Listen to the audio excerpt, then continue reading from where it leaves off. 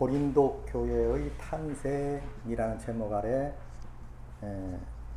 말씀을 좀 나누려고 합니다. 정말 지금도 수결합니다. 바울을 생각할 때마다. 이렇게 대단한 분이에요. 그래서 오늘은 고린도 교회가 어떻게 세워졌는가를 우리 한번 잠시 보면은, 원래 사도행전 집에 가서 시간 있으시면 사도행전 17장 전부를 보세요. 또 사도행전 18장, 이 사건이 바로 고린도 교회가 세워지는 과정의 글들입니다. 그 일일이 다 말씀을 드릴 수는 없고, 한 10분이면 다 봐요. 10분이면 다 보는 장인데 어렵지도 않죠. 바울이 처음에 17장에 보면 1절에 보면 데살로니가로 전도 여행을 갑니다. 그래서 안식일마다 막 강론하지요. 복음을 전하고 예수를 전하는데, 이 바울을 시기하고 질투하는 유대 가운데 사람들이 와서 깡패들을 동원해 가지고 그 바울을 핍박을 합니다. 견딜 수가 없는 거지요. 그래서 피한 곳이 베레아예요. 베레아에 가서 또 바울은 가만히 있을 수가 없죠. 계속 말씀을 또 전하니까 거기서도 해방을 돕는 거예요. 해방을. 도대체가 해방을 놓고 또 그러니까 어쩔 수 없이 아덴으로 피신하지요. 아덴. 그 아덴에 이제 피신해서 거기서도 또 바울은 또 가만히 있나요? 그 17장 16절 보면 이런 말씀이 있죠. 바울이 아덴에서 그들을 기다리고 그 성에 우상이 가득함을 보고 마음에 격분하여 하면서 마음에 격분하여서 그들을 상당히 강하게 우상 숭배하는 것을 지적합니다. 어떻게 너희들이 만들어 놓고 새긴 우상 앞에 절을 하냐? 어떻게 그럴 수 있냐? 살아계신 하나님께 경배하고 살아계신 하나님께 예배해야지. 너희 스스로 만들어 놓은 목상이나 석상이나 이걸 만들어 놓고 어떻게 그게 복을 달라고 기도하냐? 마음에 격분했다라는 말이 있어요. 여기서 격분이란 말은 바로 시노라고 하는데, 여기 이 말은 우리가 생각하는 격분과는 좀 달라요. 격분이라는 게 뭐예요? 짜증났다, 성질났다, 이런 얘기가 아니고, 이건 하나님은 이런 말씀을 하시죠. 십계명에 보면 나는 질투하는 하나님이다 그래요. 질투. 여기서 사실은 격분이란 말은 하나님의 질투라는 뜻을 가지고 있어요. 질투. 뭔 얘기냐? 바울이, 하나님의 마음이 바울에게 너는 이 마음을 품어라 곧 그리스도의 마음이니 그랬어요. 그때 바울은 하나님의 마음을 가지고 복음을 전하고 하나님의 마음을 가지고 전도를 하잖아요. 그러니까 그 하나님의 마음이 격분한 거야. 질투하는, 어떻게 나에게 경배하고 나를 찬양해야 할 너희들이 그 우상 앞에 절하고 그들에게 복을 달라고 하느냐. 정말 마음 상하지요. 그래서 이제 여기서 질투라는 말인데 이런 말입니다. 우리 오늘날 세상에는 보면 그 어린애들도 그냥 버스 정류장이나 길거리에서 안고 뽀뽀하고 난리를 치지요. 우리가 보기에는 조금 어색합니다만은 그들 세계에서는 대단합니다. 어쨌든. 근데 아무 관심이 없어요. 왜 관심이 없을까요? 아무 상관이 없으니까, 아무 의미가 없으니까 뽀뽀를 하든 끌어안든 뭐 하든 아무 상관없는 겁니다. 그런데 반대로 내가 사랑하는 남자가 있어. 내가 교제하는 남자가 있는데 그 남자가 어떤 여자 데리고 뽀뽀하고 안고 있으면 그건 가만히 있어? 그건 난리 났겠죠. 그건 뭐냐? 사랑하니까. 사랑하니까 마음이 격분한 거예요. 사랑하니까 질투가 생기는 겁니다. 질투. 그런 입장에서 바울이 아덴 사람들을 바라보면서 질투를 하는 거야. 너무 사랑하니까. 그들이 하나도 잘못되면 안 돼요. 다 구원받고 하나님의 자녀가 돼야 되는 것이 원칙입니다. 그래서 격분하면서 너희가 어떻게 살아계신 하나님을 섬겨야지 그런 우상을 너희 스스로 만들어서 그에게 복을 달라고 비냐. 제가 좀 우상에 대해서 적어본 게 있는데 한 12가지만 대충 적었는데요. 헬라 이름과 로마 이름이 다 달라. 이거 하나하나 부르려면 좀 그렇고, 알죠? 제우스, 헤라, 포세이돈, 하데스, 아레스, 하여튼 이런 게 아폴로, 아데미스, 무슨 비너스, 이런 것들이 다 뭐냐? 결혼을 상징하고 바다를 다스리고 음부, 전쟁, 상업, 대장간, 뭐 연애, 음악, 무슨 사냥, 동업, 지식 이런 것들을 관장한다는 거예요. 물론 거기에 관한 것은 사도행전 14장이나 사도행전 12장 또는 19절 뭐 이렇게 다 기록되어 있지만 이런 신들을 만들어 놓고 그 앞에 엎드려 비는 거예요. 그러니 그 말이라 됩니까? 바울의 입장에서는 하나님은 살아계신 하나님이다 외치니까 거기서 또 반란이 일어나가지고 또 빼맞게 생긴 거예요. 여기에서 이런 말을 해요. 그들을 기다리다가 그랬어요. 원래 처음에 데살로니가 갈 때는 실라와 디모데와 함께 갔어요. 함께 갔는데 아주 그냥 깡패들이 동원돼 가지고 바울을 핍박하니까 만날 수가 없이 그냥 피신하는 거예요. 네? 배 아래로. 거기서 또 못 만나요. 또 피신합니다. 네? 그래가지고 이제 아덴에 왔어. 아덴에 와서도 그들을 그 동역자들을 만나지 못하고 또 고린도로 피신합니다. 그러면 이제 이 고린도 지역에 왔는데 그 당시 고린도의 지역이 인구가 바울 시대 때 67만이었다는 거예요.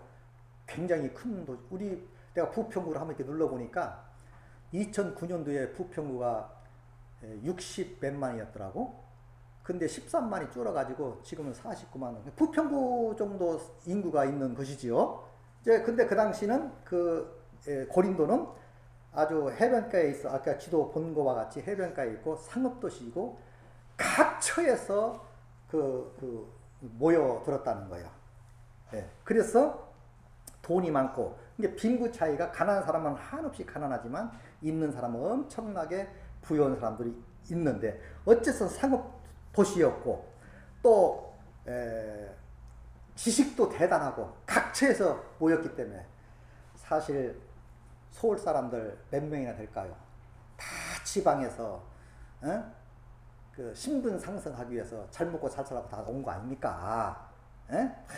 그게 다 모여든 거예요. 각처에서.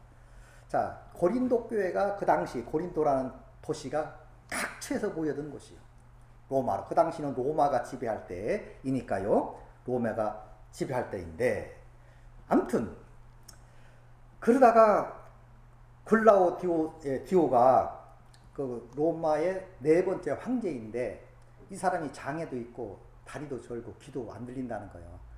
그 밑에 사람들이 그를 왕으로 세워가지고 뭔가 독차지하려고 이렇게 했다는 말도 있는데 아무튼 그 왕이 로마에서 그때 로마가 지배할 때니까 로마 진영에서 다 떠나라 유대인들은. 그리고 명령을 내렸어요. 다 쫓겨난 겁니다.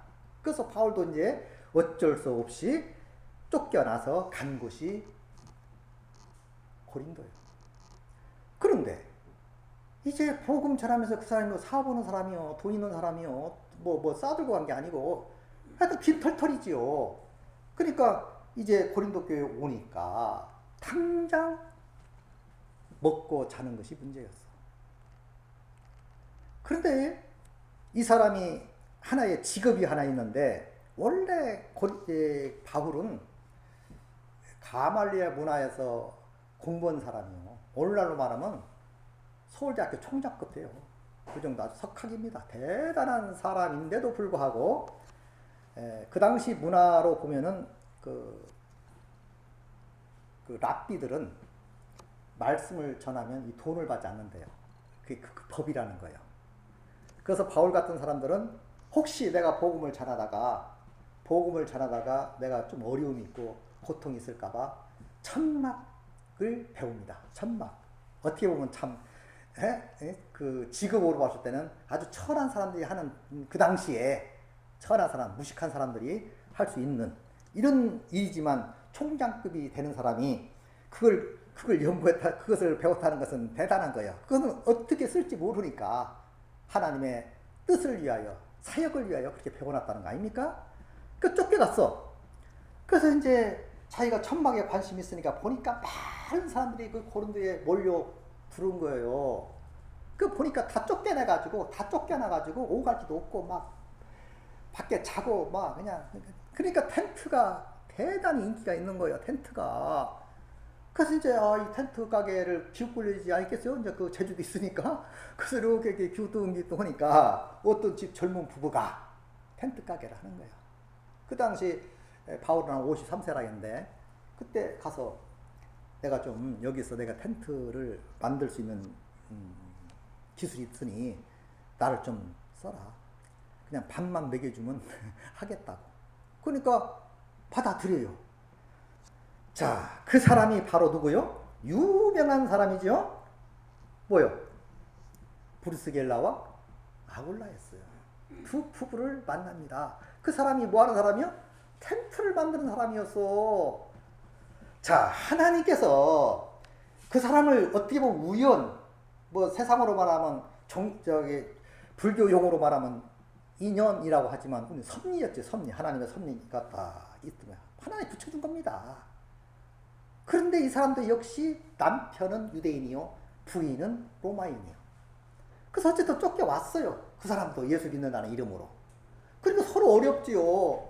그러나 바울이 누군지를 잘 몰라. 그리고 어쨌든 천막을 진다 하니 뭐 일손도 없고, 응? 막 일거리는 많고, 그러니까 같이 이제 일을 하게 된 겁니다. 오늘 본문 말씀에도 이렇게 있죠. 그 후에 바울이 아덴을 떠나 고린도에 이르러 아굴라라 하는 본도에서 난 유대인 한 사람을 만나니 글라우디오가 모든 유대인들을 명하여 로마에서 떠나라 한 고로 그가 그 안에 브리스길라와 함께 이탈리아로부터 새로 온지라 바울이 그들에게 가매. 이렇게 돼 있어요. 어쨌든 하여튼 천막 때문에 갔어. 근데 브리스길라와 아굴라였어요.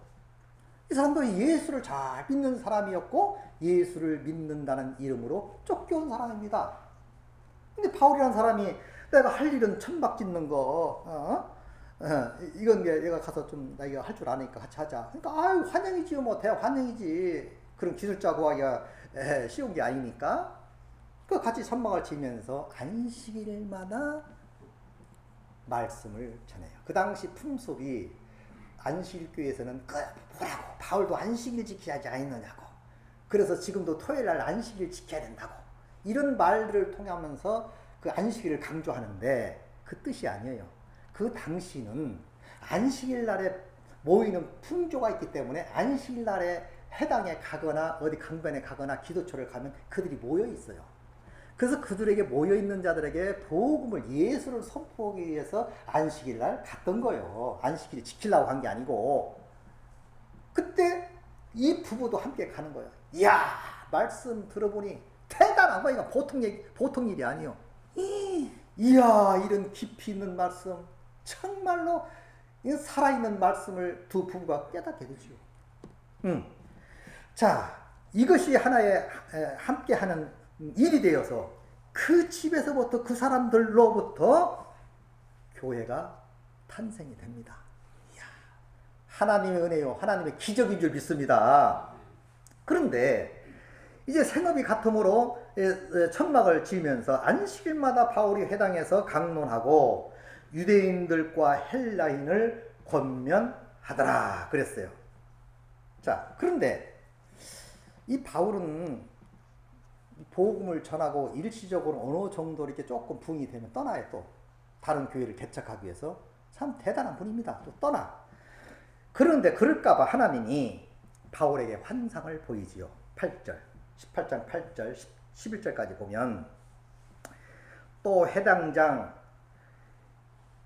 그리보스가 온 지방과 더불어 주를 믿으며 수많은 고린도 사람들도 듣고 믿어 세례를 받더라 그랬어요. 밤에 주께서 환상 가운데 바울에게 말씀하시되 두려워하지 말며 침묵하지 말고 말하라. 내가 너와 함께 있음에 어떤 사람도 너를 대적하여 해롭게 할 자가 없을 것이니 이는 이 성중에 내 백성이 많음이라 하더라. 1년 6개월을 머물며 그들 가운데에서 하나님의 말씀을 가르쳤다 그랬어요. 그러니까 어느 정도로 세례받고 교회가 어느 정도 형성되니까 떠나려겠어. 그러니 하나님이 환상 중에 나타나서 말합니다. 아니다. 지금 바울은 어떤 스트레스가 있느냐면 데살로니가에 쫓겨났잖아요. 베레에서 쫓겨났잖아요. 아덴에서 쫓겨났잖아요. 또 여기에서 말씀 전하다가 더 있다가는 저들한테 잡혀서 어떤 문제가 될 것 같다. 그러니까 또 떠날 마음이 있었던 거예요. 그러니까 하나님이 환상 중에 나타나서 바울에게 말하는 거 아닙니까? 바울에게 말씀하시되 두려워하지 말라. 걱정하지 말라. 또 그렇다고 해서 침묵하지도 말라. 그대로 네 하는 일을 하라 이 말이야. 복음을 전하라. 내가 너와 함께 있음에 어떤 사람도 너를 대적하여 해롭게 할 자가 없으리니 이는 이 성중에 내 백성이 많음이라 하시더라. 가만히 우리가 역사니까 전체가 보이지만 당시로서는 당사자는 전체가 안 보이지요. 순간순간만 보이지. 우리는 역사니까 과거, 현재를 다 볼 수 있는 거 아닙니까? 그러니까 바울의 입장에서는 사실은 심적으로 불안한 거지요. 그러니까 어느 정도로 부흥되고 예수 이름을 전하다 계속 쫓겨온 판국에 고린도 교회 와서도 교회 막 많은 사람들이 세례받고 엄청난 역사가 일어나니까 이것도 문제가 될 거 아닌가 하고 떠날 계획을 가지고 있었는데 하나님이 환상 중에 나타나서 너를 지켜줄 테니까 떠나지 말라. 여기에서 메시지가 무슨 메시지냐? 하나님께서 바울을 고린도 교회로 보냈다 그 말이에요. 섭리하셔서 고린도 교회를 세우고자 하나님이 계획하신 줄 믿습니다. 이게 하나님의 놀라운 섭리요 하나님의 기적이라 그 말이죠. 우리가 하고 싶어서 되는 게 아니에요. 잘 하려고 해서 되는 게 아니라 물론 최선을 다해야 되는 건 원칙이지요. 그 쫓겨나 하는 뜻이 아니었던 거예요. 거기서도 구원받는 자가 일어났어요. 베아렛에서도 수많은 사람들이 일어났습니다. 베아렛 사람은 데살로니가 사람보다 더 신사적이어서 하나님의 말씀이 왔을 때 그러한가 아니한가 산고하거니와 믿는 자들이 많이 생기더라. 적지 않는 귀비인과 능력 있는 사람들이 많이 회개하고 돌아왔거든요. 근데도 계속 비난이 오니까 또 떠난 겁니다. 이렇게 떠났어요. 교회를 세우지 못하고 어쨌든 떠났어. 아덴으로 와서 또 아덴에서도 막 그 우상 숭배하는 사람들을 가르쳐 계속 공격을 하니까 거기서도 있을 수가 없지요. 맞아 죽게 생겼으니까. 그걸 피한 겁니다. 그것도 데살로니가 오니 그런 가만히 있을 수 있나요? 바울이? 또 막 복음을 전하지요. 아굴라의 집에서부터 안식마다 회당에 모여서 말씀을 전하니까 또 막 많은 기적이 일어나는 거 아닙니까? 그 이 정도면 됐다. 또 떠나야지 하고 밥 먹고 있는데 하나님이 나타나서 가지 마라. 이 섭리는 하나님께서 고린도 교회를 세우고자 하는 깊은 뜻이 있었다. 하나님의 섭리에 의하여 고린도 교회는 세워진 줄 믿습니다. 여러분과 우리도 마찬가지예요. 이렇게 만남에 있어서는 만남에서 만났나요? 함께 예배하려고 예배했나요? 그렇지 않습니다. 크든 작든 이렇든 저렇든 하나님께서 여러분과 우리를 섭리로 역사하신 줄 믿습니다. 저는 그렇게 생각하고 있는 거예요. 자, 그래서 이제 그 집에서 이제 일을 하는데 문제는 거기서 1년 6개월 동안 사역을 하고 어느 정도 부흥이 되고 고린도 교회라는 교회가 세워졌어요. 그리고 바울은 예배소 교회로 떠납니다. 그 배 타고 강 건너 가야 돼. 그런데 얼마쯤 지나서 고린도 교회에 문제가 있다는 소리를 접하게 됩니다. 고린도 교회에 큰 문제가 있다. 그래가지고 이제는 그 소리를 듣고 나니까 이 고린도 이 개척자로서 교회를 세운 당사자로서 너무 마음이 아픈 거예요. 막 마음이 큰 문제가 생겼는데 그게 문제가 뭐냐면 고린도 교회가 아까 좀 말씀드렸지만 지식이 많아요. 그 각처의 사람들이 모였기 때문에 제주꾼들이 많이 모여 있는 거지요. 그러니까 지식이 풍부하고요. 그러다 보니까 남을 배척하고 자랑이 있고 교만하고 우상 숭배하고 또 뿐 아니라 교회 안까지 세상의 풍조가 밀려와서 음란이 심하고 헌금 문제, 돈 문제로 막 그냥 투적박직 된 거예요. 성찬식 할 때 술 먹고 포도주 먹고 다 교회 그래서 나자빠져 있고, 더 마음을 아프게 했던 게 뭐냐? 내 당파가 벌어진 거야. 내 당파, 그리스도파, 바울파, 개바파. 예? 막 이 파들이 막 갈라지고 난리법석이 벌어져요. 그러니까 고린도전서 1장에 보면은 바울은 여기에서 교리를 말하거나 로마서 같은 교리를 구원론 이런 걸 말하고 골로새 같은 예배서 그런 말을 많이 하거든요. 예수로 구원받았다, 예수 피로 은혜 받았다, 예수 피로 하나님의 자녀가 됐다, 이런 말을 많이 교리적인 말을 설명하는데, 고린도 교회는 그런 설명이 아니라 문제 해결을 위한 편지를 씁니다. 문제 해결. 어떻게 하면 이 문제를 해결할 수 있는가? 갈 수도 없고. 그 다음에 오늘날 같이 이렇게 교통이 좋으면 금방 갔다 올 수 있겠지만은, 그 당시는 한 번 움직인다는 것은 엄청나게 힘든 거지요. 그래서 그에게 편지를 하는데, 그 사람 이름이 누구냐면 고린도에서 온 글로의 지편으로 교회 분쟁 기타에 대하여 듣고 그것을 경계하기 위해 이 편지를 쓰거든요.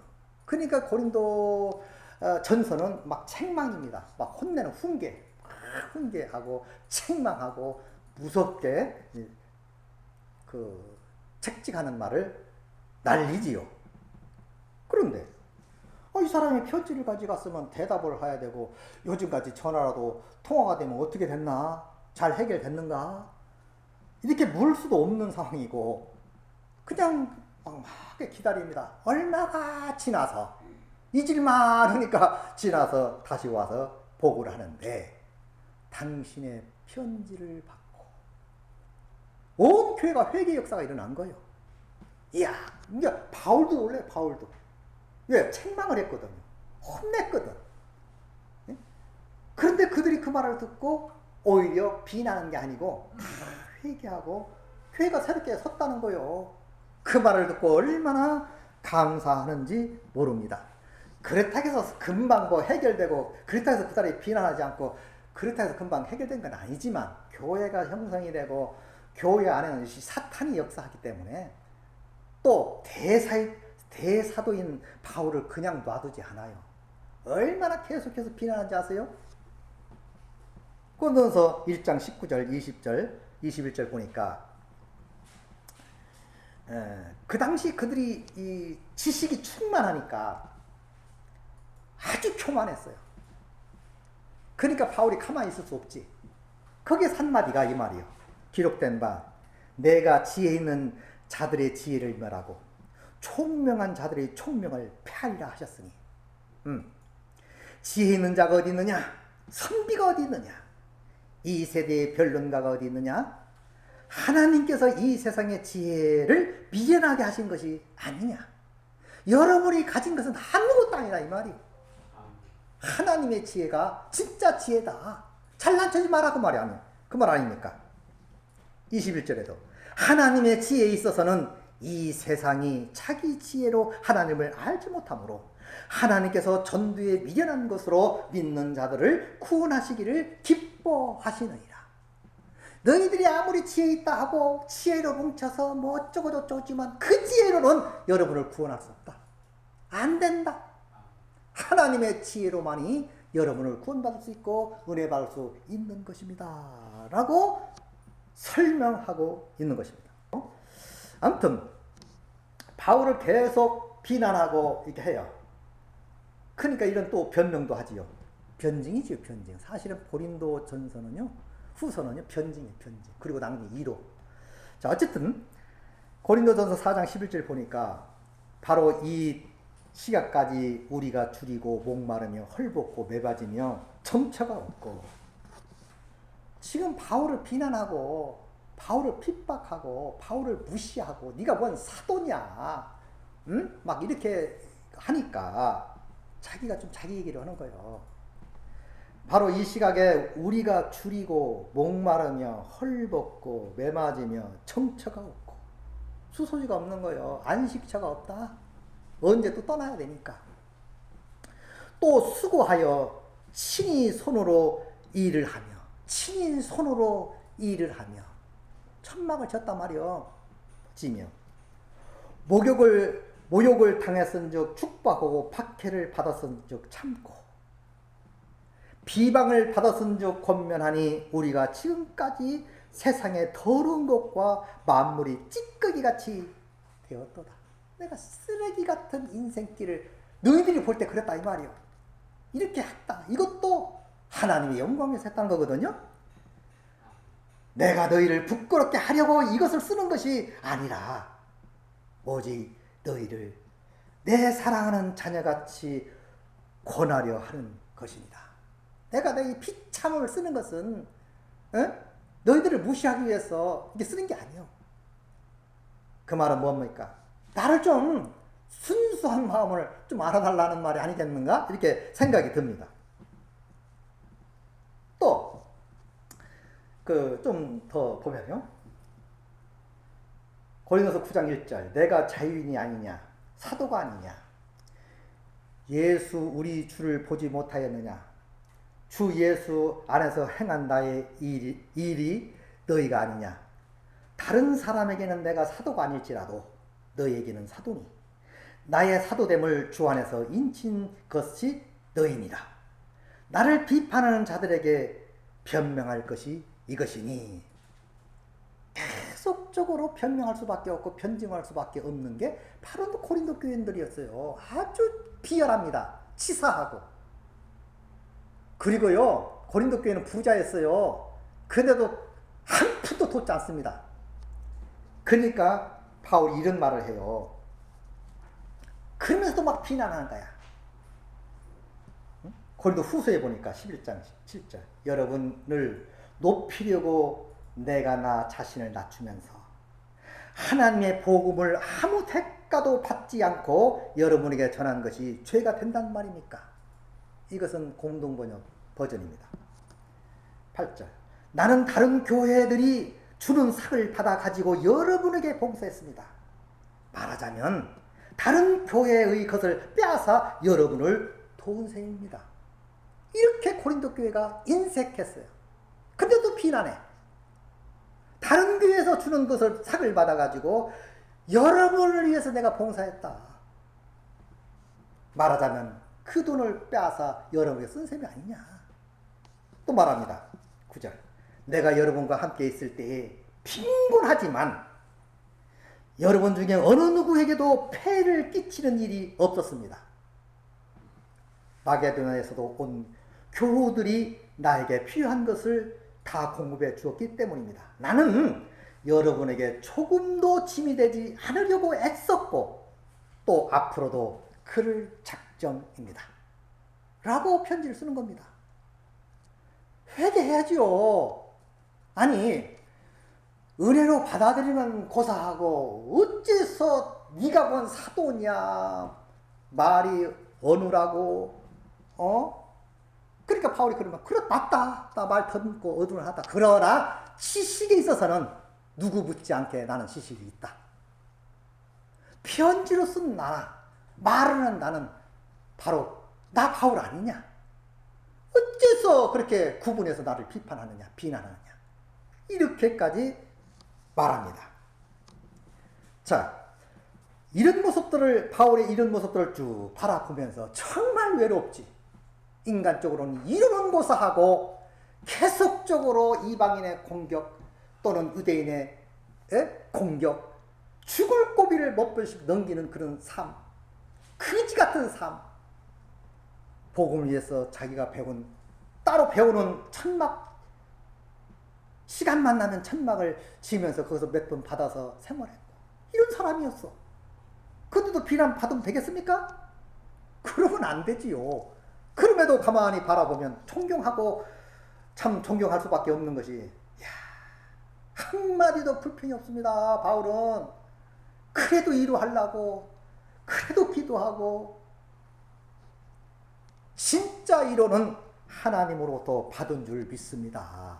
그의 신앙은 대단했던 거예요. 여러분과 우리의 신앙도 정말 하나님 중심, 성경 중심, 말씀 중심으로 살아갈 때 성령 충만한 삶을 살게 될 줄 믿습니다. 이래서 교회가 세워진 거예요. 그냥 세워진 게 아닙니다. 아주 피로 세운 교회예요. 아주 그 인생을 들여진 삶이었어. 그 교회 하나 세우려고 많은 비난을 극복하고 핍박을 극복하고 두려움을 극복하고 그 외로움과 고독함과 물질의 고난을 극복하고 이 교회를 세웠다 이 말이에요. 눈물겨운 교회 아닙니까? 아마 나 같으면 이랬을 거예요. 나중에 소문 들어보니까 고린도 교회가 아주 난리가 났대. 교회에 막 음행이 누락고 우상 숭배하고 질서하고 당파가 하려고 이파내파 쌈질하고 잘됐다 이놈들. 이렇게 말았어. 잘 먹고 잘 살라고 그래. 그럴 줄 알았어. 아마 이렇게도 나와야 되는 거 아닙니까? 어떻게 보면 인간적으로 말하면 그렇지 않습니다. 너희들이 힘들 때 내가 얼마나 애타지 않더냐. 내가 많은 강의 유혹과 죽을 뻔하고 태창으로 맞고 굶고 헐벗고 많은 표령을 당했지만 나 이 말하고 싶어서 말하는 게 아니고 내가 고통스러운 것은 너희가 좀 어려움을 당할 때가 애타지 않더냐. 너희가 힘들어할 때 내가 얼마나 힘들어하지 않더냐. 내가 애타고 내가 마음이 아픈 것은 여러 교회를 위함이라 이렇게 합니다. 자, 그러면 비단 바울만 그렇게 살아야 되나요? 목사님들만 그렇게 살아야 되나요? 아니잖아요. 프리스겔라와 아굴라도 나중에는 복음에 동참해서 큰 역사를 이룹니다. 평신도였지만. 응? 우리는 누구만이 해야 할 일이 아니고 바울은 자기가만 해야 된다는 독점을 가지고 특권해서 일한 사람이 아닙니다. 교회를 세우면요. 지도자를 불러내놓고 이렇게 해서 교회를 경영하세요. 하고 비전을 주관합니다. 그리고 교회 예배소 교회에서도 2년간 봉사하거든요. 2년간 봉사하다가 결국 쫓겨나요. 예배소 교회에서도 어떤 사람이 반란을 일으켜가지고 그 디모데를 파견하면서 말하기를 누구누구를 조심하라. 그러잖아. 누구누구를 조심하라. 그런 인간들이 교회 안에 있었다 그 말이에요. 그럼에도 하나님의 사람으로서 어떻게 해든지 그들을 구원해야 되고 생명을 줘야 되기 때문에 그런 모든 것들을 믿음으로 극복해냈다. 바울만이 한 것이 아니라 우리 모두가 다 극복해내시기 바랍니다. 그래야 하나님의 이루가 있고 하나님의 수고가 있고 하나님의 그런 복이 있는 거지요. 여러분의 수고가 정말 감동스럽습니다. 사실은 여러분의 수고가 없이는 어떻게 이 교회가 운영할 수 있겠나요? 아니요. 함께 이루어가는 거 아니겠습니까? 성령께서 여러분을 이루어하실 줄 믿습니다. 정말 도와주십니다. 여러분을 통해서 하나님 영광 받으십니다. 그리고 하나님은 기뻐하실 것이고 교회 수가 많고 적고가 문제가 아니에요. 물론 많으면 더 좋겠지. 은혜를 받고. 그러나 한 사람이 천하보다 귀하다 하였으니 한 영혼을 천하보다 귀히 여기고 한 영혼에 다 구원받고 하나님의 자녀가 됐으면 하는 것이지요. 이 교회에 소속된 영혼들 한 사람도 나고자가 되지 않고 참 좋은 교회로서 우리 성도들로서 말씀에 굳건히 쓰시고 어떠한 어려움과 환난이 있다 할지라도 믿음으로 극복해내는 여러분 되시기를 예수님의 이름으로 축원을 드립니다.